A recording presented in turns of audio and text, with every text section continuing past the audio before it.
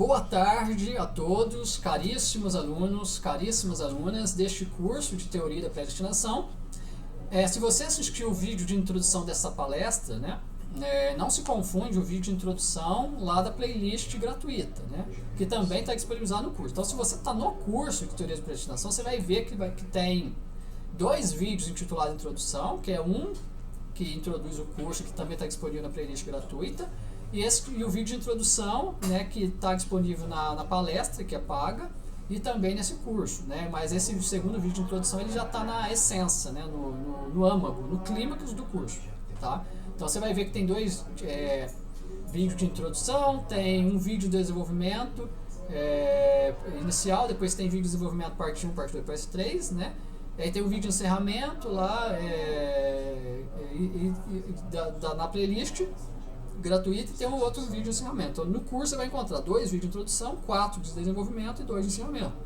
Mas eu vou colocar numa sequência lógica, no curso você vai encontrar numa sequência lógica, né, que eu vou numerar, inclusive no tutorial, né, do curso você vai encontrar a relação entre todos esses cursos, a sequência de cada um deles, por que cada um foi inserido, né, e como que você vai poder navegar de uma forma que você compreenda bem, né, de uma forma sequencial, para você manter o ritmo adequado, né, para você alcançar um nível de compreensão adequado dessa teoria da predestinação, tá, de uma forma didática. Isso faz parte da didática, né?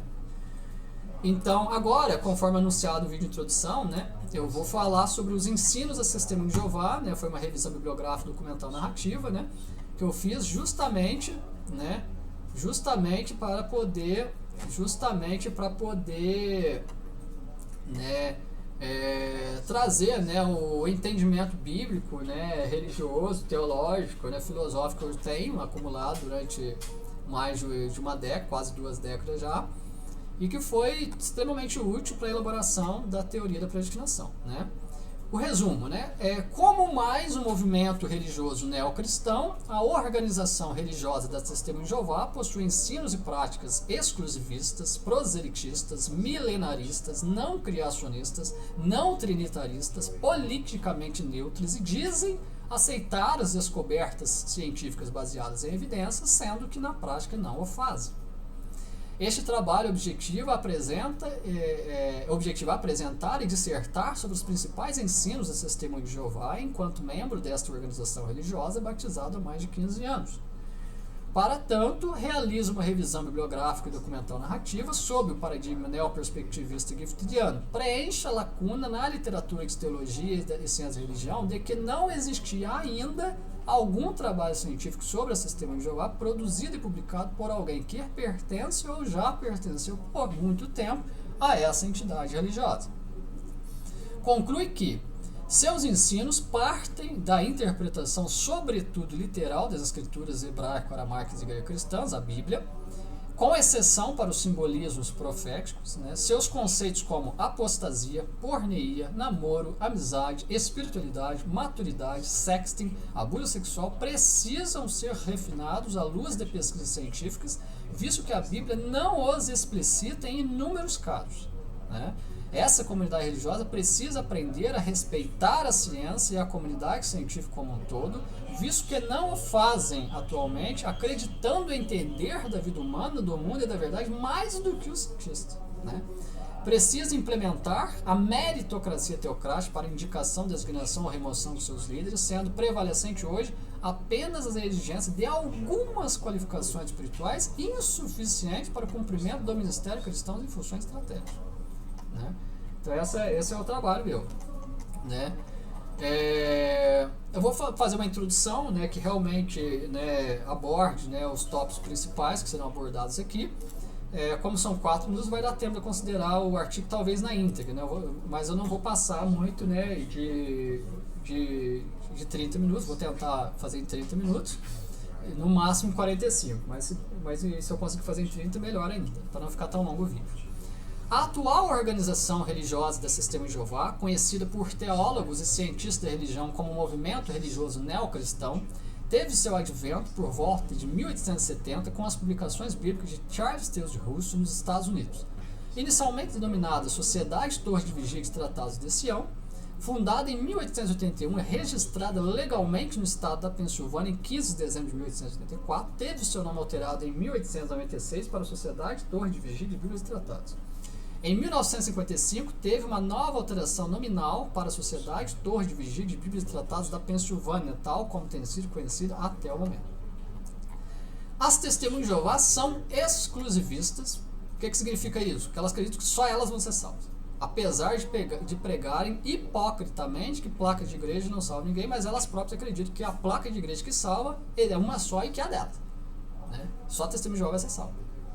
E eu não comungo com essa ideia.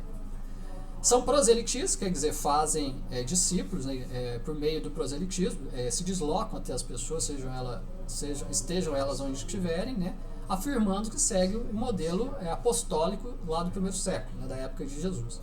Né. São não criacionistas, né? Não criacionistas quer dizer que elas não acreditam, né, na criação em dias literais, né, em 7 dias de 24 horas, como os criacionistas acreditam. Né? Os períodos criativos foram 7 períodos, né, cada um com um tempo não determinado, de forma explícita pela Bíblia, né, o que pode se adequar plenamente aos milhões e bilhões de anos, né, de existência da Terra e do Universo. São não trinitaristas, porque não acredito que Pai, Filho e Espírito Santo sejam a mesma pessoa. Né? Pai é uma pessoa, né, com autoridade máxima, Jesus é outra pessoa com uma autoridade menor que o Pai, e o Espírito Santo não é pessoa, é uma força ativa. São protestantes por quê? Porque protestam o ensino de outras religiões denominadas cristãs. Protestam os ensinos do catolicismo, protestam os ensinos dos evangélicos, dos mormons, dos espiritistas, e das outras religiões que não são denominadas cristãs, protestam também. Então elas são protestantes. São milenaristas, porque acreditam no milênio, né, que é um governo teocrático, né, que vai durar 1000 anos a partir da contagem, a partir da data do Armagedon, durante o período em que Jesus ele vai governar com outros 144 mil e levar a humanidade à perfeição, né, e à vida eterna. Possui ensinos, práticas, procedimentos teocráticos, ministério de pregação e ensino totalmente próprios, diferentes de todas as demais denominações consideradas cristãs, porque acredito que ser a sua interpretação bíblica totalmente coerente com as duas primeiras cristãs e, portanto, a verdade. Tá? É assim que elas acreditam. Né? É assim que as Testemunhas de Jeová acreditam. Ao se pesquisar sobre as Testemunhas de Jeová em bases de dados mundiais, como o Google Acadêmico, encontra-se muitos trabalhos científicos produzidos e publicados. Mas nenhum por alguém que seja ou tenha sido Testemunha de Jeová. Nenhum. Então esse será o primeiro trabalho científico produzido por uma fiel Testemunha de Jeová, batizada em 1º de novembro de 2008. Dentre os trabalhos publicados sobre elas, né, aqueles produzidos por acadêmicos das áreas de educação e educação especial, são centrados na sua evangelização aos surdos, cegos e mudos. Já aqueles produzidos por acadêmicos das áreas de teologia, ciência e religião centralizam-se nos seus dogmas. Né? Partindo-se da onisciência e onipotência de um Criador, conclui-se dedutivamente que existe uma verdade absoluta. Mas como as próprias escrituras cristãs dizem, nas palavras do apóstolo Paulo, à congregação de Roma, em Romanos 3:23, todos pecaram e não atingem a glória de Deus, mostrando que nós humanos somos muito limitados, pecadores, imperfeitos, e como tais jamais conseguimos compreender plenamente a verdade, ou as verdades absolutas, que somente o Deus Todo-Poderoso e sua corte celestial são capazes de compreender por serem perfeitos. Dito isto, levantam-se as seguintes questões e problemas de pesquisa. Os ensinos das Testemunhas de Jeová são realmente a verdade? Ou elas estariam apenas alegando possuí-la para atrair membros, chamar atenção para si próprias, né, enaltecer-se em relação a outros religiosos e não religiosos, ou dominar o mundo? Quem são os seus líderes, sejam eles anciãos, viajantes, betelitas ou mesmo os membros do seu corpo governante, para decidirem o que é certo ou errado, como, por exemplo, conceitos de porneia, sexo, pornografia, abuso sexual, apostasia, dentre outros, quando nem sempre as escrituras cristãs os explicitam? Por que não é tolerado aos seus membros questionar os seus líderes quanto às suas qualificações de conduta? Seriam seus líderes, por acaso, uma espécie de semideuses ou deuses encarnados? Né? Então, este artigo tem como objetivo apresentar e explanar os principais dogmas ou ensinos ou ainda doutrinas bíblicas das Testemunhas de Jeová, refinando-os com base no entendimento científico. Tem como objetivo específico discutir a existência de uma verdade religiosa absoluta, tal como afirma possuir as Testemunhas de Jeová, B. Discutir a hierarquia de conhecimentos, enfatizando a relação entre conhecimento religioso e científico. C. Expor coerências e incoerências dos ensinos das testemunhas de Jeová à luz das próprias escrituras hebraicas, aramaias e gregas cristãs, a denominada Bíblia, e do conhecimento científico de algumas áreas tais como teologia, ciência da religião e psicologia. Né? Este artigo foi estruturado em 5 capítulos, né? Introdução, né? Fundamentação metodológica, depois os resultados e discussão, depois o 4º capítulo um capítulo destinado para refutar 16 assertivas bíblicas infundadas de apóstatas, né? E o 5º capítulo é a apresentação das conclusões e considerações finais seguidas pelas referências. A fundamentação metodológica, né, aponta que no pilar epistemológico foi adotado o paradigma neoperspectivista giftidiano, né, que fui eu mesmo que desenvolvi à luz de paradigmas perspectivistas advindas da filosofia, educação especial e psicologia. Né. O pilar lógico utilizado foi o método hipotético dedutivo, e o pilar técnico foi uma revisão, né, bibliográfica, documental, narrativa que foi conduzida. Principais ensinos do Testemunho de Jeová. Vamos lá então. Quais são eles os principais ensinos? Vou apresentar agora. Primeiro, o corpo governante é o canal principal de comunicação entre Deus e humanos. É o que a Testemunha de Jeová afirma, né? A base bíblica utilizada pelas Testemunhas de Jeová para tal ensino é Mateus 24, 45 e 47, onde Jesus disse que no tempo do fim, ou últimos dias, ele designaria uma classe de pessoas para liderar a adoração verdadeira aqui na terra, fornecendo-se o alimento espiritual no tempo apropriado, que inclui produção bíblica de qualidade, ajuste do procedimento teocrático, construção e manutenção de seus templos, né? A administração de seus recursos financeiros e recursos tecnológicos. Né? Esta classe ficou conhecida como escravo fiel e prudente, antigamente conhecido como escravo fiel e discreto. O denominado corpo governante, composto atualmente por 9 membros, 43 ajudantes e 6 comissões, é denominado escravo fiel e prudente na revista Sentinela de 15 de julho de 2013. Esta equipe são os ungidos que fazem parte do corpo governante. Nesta edição da Sentinela, houve um ajuste no entendimento bíblico das Testemunhas de Jeová. Foi explanado que o denominado escravo fiel e prudente é exata e tão somente o seu corpo governante, ao passo que os denominados domésticos são todos aqueles que são alimentados espiritualmente, incluindo os demais ungidos, e aqueles que possuem a esperança de viver um paraíso terrestre. Antes dessa publicação, acreditava-se que essa classe contemplava todos os ungidos, entendimento esse que fora refinado. A existência de tal classe hoje na Organização de Jeová é tida pelas mesmas como prova de que Jesus, o cabeça da congregação, está de fato cumprindo sua promessa de alimentar adequadamente, no tempo certo, seus discípulos aqui na terra. Por essa razão, as Testemunhas de Jeová defendem que sua saúde espiritual e sua relação com Jeová dependem desse canal. No índice de publicação de 1991 a 2023, disponível na biblioteca online das Testemunhas de Jeová, procurando-se pelo termo corpo governante, encontra-se todas as principais informações sobre essa classe, biografia de alguns de seus membros, suas atribuições, todas as suas publicações desde 1970 até o presente momento, procedimentos teocráticos, dentre outros assuntos de interesse dessa organização religiosa. Observa-se, entretanto, que grande parte dos seus procedimentos teocráticos só são publicados internamente em livros específicos para os anciãos, como o livro Pastoreio o Rebanho de Deus, ou em cartas específicas trocadas entre o escritório mundial ou os escritórios nacionais e seus representantes. As biografias constantes de 16 de seus membros antigos e de 9 membros atuais focam em sua trajetória religiosa, não abordando sua trajetória acadêmica, profissional e cívica. Essa classe não publica seu currículo em bases de dados públicas, quer nacionais ou internacionais. E de fato não são cientistas nem superdotados, são seres humanos comuns como quaisquer outros. Então, até aqui tudo bem. O grande problema é que tanto essa classe como todos os membros do Testemunho de Jeová acreditam que o corpo governante seja uma classe santa, a voz de Jeová aqui na Terra, como se o seu entendimento fosse absoluto, acabado, pronto e irrefutável. Mas daí, enquanto cientista, filósofo da ciência, eu questiono. Se nem o conhecimento científico, que é o mais refinado e avançado conhecimento já existente, é absoluto, acabado, pronto e irrefutável, que entendimento é esse dessa classe religiosa para se acharem os portadores da verdade bíblica absoluta?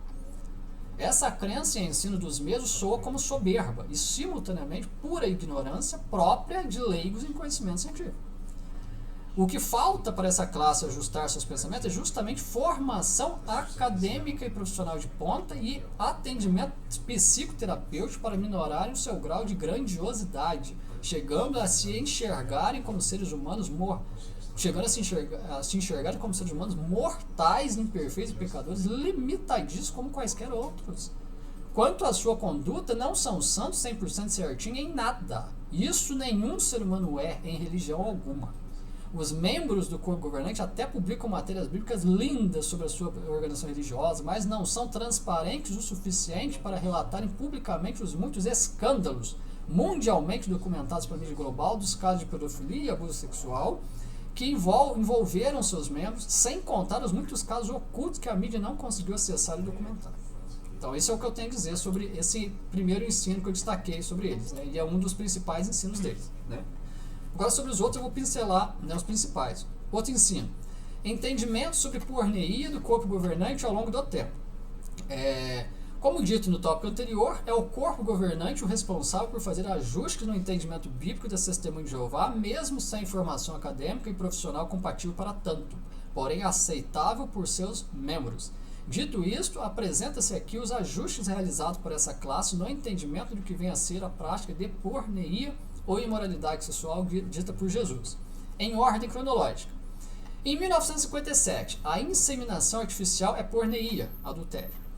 E em 1957, homossexualismo, lesbianismo e bestialidade não são porneia nem adultério. E em 1972, homossexualismo e bestialidade novamente reafirmados como porneia. Em 1975, coito oral e anal dentro do arranjo marital são porneia. E em 1978, porneia dentro do casamento não possui claras instruções bíblicas. E em 1978, o corpo governante joga a culpa nos anciãos congregacionais por policiarem a vida sexual dos casados. E em 1978, cabe ao cônjuge definir o sentido de porneia com base nas práticas lascivas e devassas do seu marido ou esposa. Em 1983, sexo anal e oral voltam a ser pecado de desassociação, mas agora são conduta desenfreada, né, ausegeia, né, do grego, né, dentro do casamento. Em 1983, sexo entre humano e animal são porneia. Em 1999, carícias deliberadas nos órgãos sexuais de outra pessoa são porneia. Em 2018, lap dancing, ou dança sensual, é porneia. 2021, porneia pode acontecer mesmo que não haja contato com a pele, penetração ou orgasmo. Está lá no livro Pastoreio e Rebanho de Deus, capítulo 12.3. 2023, novos ajustes em 1º de novembro de 2023, revelados apenas aos anciãos. Então, quer dizer, dá para perceber claramente, de forma inequívoca ao longo dessa relação, né, dos principais entendimentos sobre a questão de porneia, né, por parte do corpo governante, que nenhum deles tem convicção do que é porneia. Eles estão batendo cabeça até hoje para definir o que a Bíblia quer dizer porneia e ninguém sabe o que significa. E por que não sabe? Primeiro, porque não tem Espírito Santo de Deus. Eles afirmam que são santos, que eles são o canal entre Deus e o homem, sendo que a Bíblia diz que o único mediador entre Deus e o homem é Jesus, não é corpo governante coisa nenhuma. Mas eles acham que eles estão entre Deus e o homem, ou seja, eles estão ocupando o lugar de Jesus, sendo que é Jesus que é o cabeça da oração, não eles. Segundo, nenhum deles é cientista, eles não entendem nada de ciência e nem nada de legislação. Então, com base em que eles têm a coragem de querer explicitar o que é e o que não é porneia, quando a Bíblia não faz isso. O que a Bíblia explicita que é. O que ela explicita que não é. Mas quando ela não explicita, não tem ninguém que tenha essa autoridade para dizer se é ou não é. Se nem nós cientistas podemos fazer isso, se nem o próprio Jesus tenta definir o que é certo e errado quando a Bíblia não explicita, ele não fez isso quando estava na Terra, não faz isso até hoje, quem é essa classinha de corpo governante achando que eles têm o direito, a autoridade para definir o que é e o que não é porneia? Eles não têm. Mas eles não têm humildade para reconhecer isso, porque eles não têm nem a formação acadêmica, a formação profissional e nem espiritualidade suficiente para definir isso. Não tem mesmo. Ou seja, é arrogância pura, né? E isso eu deixo para falar nessa palestra que é paga e nesse curso que é pago restrito, ou seja, porque só vocês, né, que adquiriram essa palestra ou curso têm acesso. Eu jamais poderia falar isso na versão gratuita, lá no aprendiz gratuito, para ninguém, né? Para eu não ter, para que pessoas não autorizadas tenham acesso. Eu tenho certeza que quem comprar essa palestra ou o curso, conforme eu filtro, né, quem eu libero para acessar, não é testemunho de Jeová. Então, nenhuma testemunha de Jeová vai estar acessando isso. Então, por isso eu estou falando isso para você. Fique alerta. Esse corpo governante é arrogante. Eles se colocam no lugar de Jesus, eles acham que eles são deuses, que eles é que definem o que é certo e errado. Não interessa o que Deus diz, o que a Bíblia diz, o que a legislação diz. O que eles querem fazer, eles ensinam para o quê? Para dominar os coitados que são leigos, que não têm entendimento teológico da ciência da religião, nem da Bíblia, nem da legislação, não conhecem nada, Justamente essa estrutura organizacional da Assembleia de Jeová foi montada para que anciãos, que inclui os anciãos locais, anciãos de Betel, anciãos viajantes, anciãos de corpo governante, cometam todos os crimes que eles quiserem, inclusive crimes sexuais, sem ninguém poder fazer nada. E toda vez que alguém descobre os poderes deles e tenta revelar, eles montam uma comissão justificativa, acusam de apostasia e outras acusações e arrancam a pessoa de lá para abafar o caso. E normalmente, existem milhões de casos de pessoas que foram expulsas de lá, só por terem descobrido poderes da dianteira e tentar revelar, e não aconteceu nada com os membros. Muito pelo contrário, os membros da dianteira continuam lá dentro, tem homossexuais na dianteira, tem imorais na dianteira, tem lésbicas e pioneiras, tem membros casados pulando a cerca o tempo todo, tem caso de pedofilia, tem caso de abuso sexual, tem caso de injúria, difamação, calúnia, estelionato, enfim, tem de tudo lá dentro. E o membro da dianteira não sofre nada. Quem está no cargo de ancião para cima pode fazer o que quiser. Quem não chegou ao cargo de ancião até pode ser expulso quando comete um erro. Mas quem é ancião dificilmente é expulso. Só se não conseguir fazer por detrás do pano. Né? Os anciãos que são expulsos é porque realmente não conseguiram fazer por detrás do pano igual os anciãos, a maioria dos anciãos faz. Né? Então aí são expulsos porque são lerdos. Né? Não é porque lá não permite. Porque lá dentro quem tem o cargo de ancião para cima pode fazer o que quiser. Né? Essa é a verdade. Então, esse é sobre o segundo ensinamento que eu fiz questão de enfatizar. Agora eu vou passar para os ensinamentos. A maior parte da Bíblia é interpretada ipsis literis, né? Ou seja, a maior parte da Bíblia é interpretada literalmente do jeito que está escrito. Né? As Testemunhas de Jeová elas são muito literalistas, vamos dizer assim, né? Tem as exceções também, né? Por exemplo, o caso de simbolismos proféticos, né? Tem outros casos também, né, em que analogias bíblicas, né, tem o caso também das parábolas, né, tem o caso das personificações, figuras de linguagem, de pensamento de construção que são utilizadas também, né, então nesses casos é necessário relativizar o sentido, né, existem vários sentidos para uma mesma passagem, é necessário fazer cruzamento dos relatos paralelos, referências cruzadas, estudos adicionais para entender bem o que se quer dizer, mas a maior parte, né, da teologia da Testemunha de Jeová é literal, é o que está escrito na Bíblia, é o ipsis literis mesmo. Outro ensino, a natureza do Pai, do Filho e do Espírito Santo. Para as Testemunhas de Jeová, Pai é uma pessoa, né, o Todo-Poderoso, Filho é outra pessoa, Filho do Pai, de Deus, Filho de Jeová, é Jesus, e o Espírito Santo não é pessoa, é uma força ativa. Diferente do catolicismo, protestantismo, mormonismo e espiritismo kardecista, que pregam, né, a trindade, né, que Pai, Filho e Espírito Santo são uma só pessoa. São três pessoas em um. Outro ensino da Testemunha de Jeová. O resgate é o único meio de salvação da humanidade. E esse não é o ensino exclusivo da Testemunha de Jeová, né? As religiões todas, né, denominadas cristãs, pregam, né, que Jesus veio à Terra com a missão de salvar a humanidade, né, de resgatar a humanidade do pecado e da morte. Né? Então, esse é um fundamento em diversas teologias denominadas cristãs, não só da Testemunha de Jeová. Né? E que o fato da Testemunha de Jeová ter esse ensinamento, né, em comum com as outras religiões não torna, por exemplo, não é o mesmo que dizer que Testemunha de Jeová é católica, é evangélica, não. E quando eu afirmo lá no começo que Testemunha de Jeová é protestante, não estou dizendo que Testemunha de Jeová é o mesmo que evangélico, não é isso. Os evangélicos são protestantes, os mormons também são protestantes, os espíritas também são protestantes. O que significa protestante? Protestante é quem protesta. E no caso, dentro do contexto religioso, é o quê? É uma religião que está protestando ensinos de outras religiões. Se a sua religião protesta ensinos de outras religiões, práticas de outras religiões, né, procedimentos de outras religiões, então ela é protestante. Né, a religião evangélica, né, a calvinista, né, a protestante, né, em sentido estrito sensu, né, que veio de Martinho Lutero, ela protestou o catolicismo. Né, o mormonismo protestou, né, a religião evangélica e a católica. O espiritismo protesta, né, a religião católica, a evangélica e a mor. As Testemunhas de Jeová protestam todas essas. Então, né, a católica, a católica também pode se dizer protestante em relação a outras religiões antes dela, né, ou da época dela, que não eram cristãs, que não eram consideradas cristãs ainda. Então também é protestante. Qualquer religião que protesta ensinos, práticos, procedimentos de outras religiões, ou de alguma outra religião, é protestante. Tá? Mas não quer dizer que uma religião, por ter ensinos em comum com outras, que essa religião seja adepta da outra, ou tenha associação com a outra. Não. Não é isso, né? E tem três, né, quesitos, né, que se aplicam ao resgate de Jesus, que é o pagamento, livramento e equivalência. Né? Depois dá para considerar o artigo quem quiser. Outro ensino fundamental das Testemunhas de Jeová. Maria é mãe de Jesus, porém não é santificada nem canonizada como no catolicismo.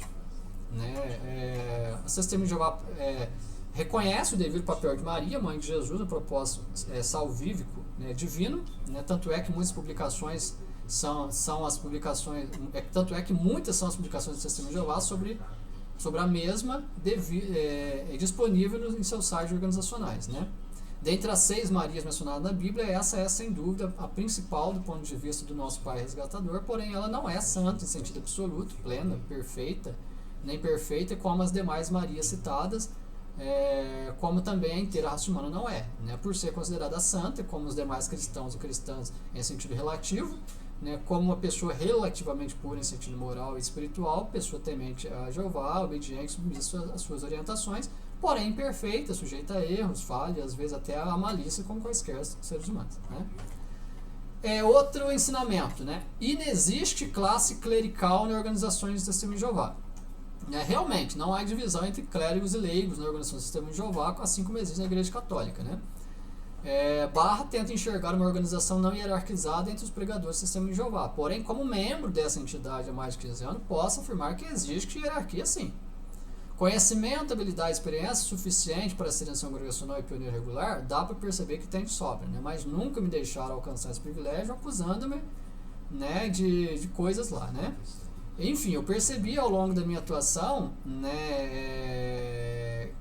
que realmente, né, que só quem tem privilégios especiais é que recebe o respeito dos seus membros. Quem não tem esse privilégio é tratado como nada ali. Né? De fato, teoria bíblica e prática cristãs não andam de mãos dadas entre as Testemunhas de Jeová. Essa religião não é um mar de rosa, a imperfeição e a malícia estão presentes em qualquer lugar, ali também. Preconceitos e crimes como injúrias, difamações e calúnias são ocasionalmente praticados por Testemunhas de Jeová, inclusive por seus líderes, como ocorre em quaisquer religiões. A única diferença ali são que seus ensinos procedimentos teocráticos, que são mais refinados que outras denominações cristãs, possuem uma fundamentação bíblica mais coerente, porém não perfeita, podendo e precisando ser refinado pelo conhecimento científico existente. Né? Outro ensino, a natureza de Satanás e o diabo, né? O Deus desse sistema de coisas. Né? É dito pelos Testemunhos de Jeová que Satanás ele é o Deus do sistema de coisas. E a base bíblica é 1 Coríntios 4,4. É o texto que afirma isso. Né? Tá certo. Um anjo muito, né, luminoso, poderoso, né? A terceira pessoa mais poderosa do universo, né? Só perdendo para Jesus de Jeová, que se apostatou dos ensinos condutos divinos para satisfazer tão somente o seu próprio ego. Né? Satanás é opositor, caluniador, destruidor, pai da mentira. Ele é o causador do sofrimento humano, seu responsável direto, limitando sua autorização de Jeová para realizar quaisquer de suas intenções. Outro ensino, né, as Testemunhas de Jeová acreditam que existem desde Abel. Foi uma reinterpretação teológica, né, baseada em Hebreus 12:1. As Testemunhas de Jeová acreditam que, enquanto povo de Jeová, elas já existem desde Abel, a primeira Testemunha de Jeová na terra, visto que seus pais Adão e Eva não foram fiéis até a morte, deixando de adorar o Criador. Desse modo, seu advento enquanto povo remonta ao início da criação humana, enquanto seu advento enquanto religião remonta ao ano de 1881, em que sua sede mundial foi fundada, e 1834, ano em que foi registrado nos Estados Unidos. 10. Acreditam que só elas conhecem a verdade e serão salvas. É aquele caráter exclusivista que eu disse lá no começo, né, na introdução e no resumo. Né? Elas acreditam, por mais que elas preguem que placa de igreja não salva ninguém, mas isso é uma pregação falsa que todas as Testemunhas de Jeová realizam. Né? Elas falam que nenhuma religião salva ninguém, mas quando você pergunta, existe a verdade? Elas afirmam, sim. Existe uma religião verdadeira? Sim. E qual é essa religião verdadeira? Ah, é a minha, é a nossa. Só Testemunho de Jeová você sabe. Então, quer dizer, são ensinamentos incoerentes, hipócritas, né? Hipocrisia, né? Afirmar que o pai de igreja não salva ninguém, depois afirmar que é só a religião dela que vai ser salva, uma coisa invalida a outra. Ou antes acreditar que elas são hipócritas, que acreditar que elas são burras, né? Burras elas não tem ninguém burro ali, né? E por menos formado que eles sejam, né? Eles conseguem entender plenamente que isso acontece, que isso é muito fácil perceber, né? Mas eles são hipócritas mesmo, a questão é hipocrisia, né? Não é de fala intelectual, a questão é de hipocrisia. Apesar de que se eles estivessem num patamar intelectual cognitivo maior, eles entenderiam plenamente essa situação e fariam as correções devidas. Enfim, né? Elas afirmam serem neutras em sentido político, né? Em adesão às palavras de Jesus, quando ele disse que os seus verdadeiros seguidores não fariam parte do mundo, as testemunhas de Jeová não participam na política, quer se candidatando ao cargo político ou financiando campanhas políticas, anulam seus votos nas eleições, não saúdam a bandeira nacional, não prestam serviço militar, não entoam o hino nacional, não comemoram feriados ou outras datas comemorativas que defendam a polícia, tais como proclamação da República, dia da bandeira, dia de aniversário de municípios, estados, países, dias que homenageiam políticos de qualquer natureza. Contudo, os seus líderes fazem uma afirmação não consistente com a Bíblia quanto à neutralidade. Eles defendem que é inadequado para um cristão ou cristã estudar sobre política, defender ou ser contra determinada opinião política ou legislação, sendo que Jesus não era leigo em legislação nem política. Quando ele afirmou, dai, pois, a César o que é de César e a Deus o que é de Deus, ele deixou explícito que compreendia a legislação tributária da sua época, como era seu sistema político, a arrecadação de impostos, da importância do erário para o funcionamento da sociedade em seus vários setores. Ao comparar os governantes de sua época afirmando que eles eram arrogantes, gostavam dos primeiros assentos e se vangloriavam ao público com a conduta cristã, que deve ser totalmente diferente disso para ser privado de Deus, ele deixa explícito novamente que conhecia muito bem o sistema político de sua época, certamente seus governantes e a história de cada um deles, seus projetos, suas ambições, para poder ensinar sobre políticas a seus seguidores com propriedade. Dito isto, do ponto de vista bíblico, não é inadequado um cristão estudar ciências políticas, direitos, sistema de governo, defender ou contrariar legislações.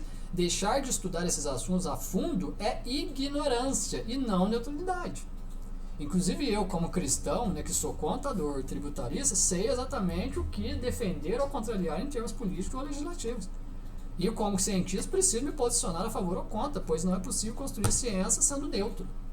Fora isso, ser neutro nos aspectos mencionados no parágrafo anterior está coerente com as instruções bíblicas. Outro ensinamento da Testemunha de Jeová. Afirma que apenas 144 mil cristãos reinarão no céu com Cristo. É a linha teológica deles, Está lá em Revelação, Apocalipse, capítulo 20, que fala do reinado milenar, o 16, 14, 16 fala do Armagedon, Lucas 12, 32 fala de um pequeno rebanho, que seria relacionado aos ungidos, Revelação 5, 10 diz que esses ungidos, o pequeno rebanho, junto com Jesus, vai governar no milênio, que está lá em Revelação 20, e João 10,16 fala de outras ovelhas, que está em harmonia com a Revelação capítulo 7, versículo 9, que fala de uma grande multidão, e o pequeno rebanho de Lucas 12, 32 está em harmonia com Revelação 7,4, que fala de 144 mil de novo, ou Revelação 14,1, que também fala deles de novo. As testemunhas de Jeová lutam contra a apostasia, só que o entendimento delas para a apostasia não é exatamente o que a Bíblia diz, Por exemplo, eles dizem lá que questionar a conduta dos anciãos ou processar algum ancião que tenha cometido crimes ou anciãos que sejam criminosos, isso é apostasia. Não é, verdadeiros cristãos questionam mesmo, principalmente as lideranças cristãs, quando percebem que elas não estão sendo coerentes com as escrituras, sejam elas quem forem, e outros membros também, mesmo que seja dianteira. E se houverem liderança, principalmente liderança, porque eles precisam dar exemplo, se eles se colocam como criminosos, quem é cristão de verdade processa sim, reúne as provas e processa. Só no processo quem não é cristão de verdade.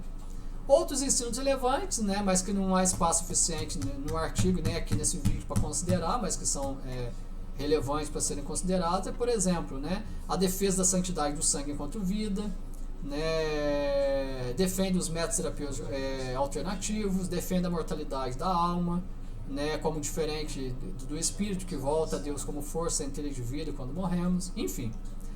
O capítulo 4 desse artigo foi dedicado a se refutar vários argumentos apóstatas. Então eu relacionei ali vários argumentos que muitos apóstatas afirmam. Eu fiz um levantamento porque eu chequei centenas de publicações de apóstatas, pessoas contra a organização do Testemunho de Jeová, e eu fiz questão de refutar cada uma delas aqui para servir de prova que eu mesmo não sou apóstata, e que o meu entendimento é muito maior do que todos os anciãos, do que todos os betelistas, do que todos os membros do corpo governante, e que realmente não havia razão para não ser ancião, a menos que tenha sido por incompetência e até mesmo malícia da liderança lá.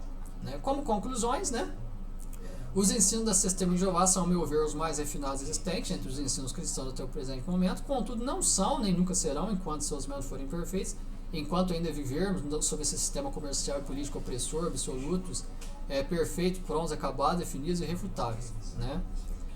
De modo, todo o entendimento bíblico que esse sistema de Jeová possui precisam ser refinados à luz do conhecimento científico, né? O que é o mais avançado conhecimento já existente. Conhecimento religioso e científico, nesse caso, são complementares, mas o conhecimento religioso e científico é muito mais refinado que o conhecimento religioso tradicional, o senso comum desse sistema de Jeová. Para que elas produzam um arcabouço teológico de ponta, é preciso que os seus membros se qualifiquem bem acadêmico e profissionalmente, mormente os seus líderes, seu corpo governante.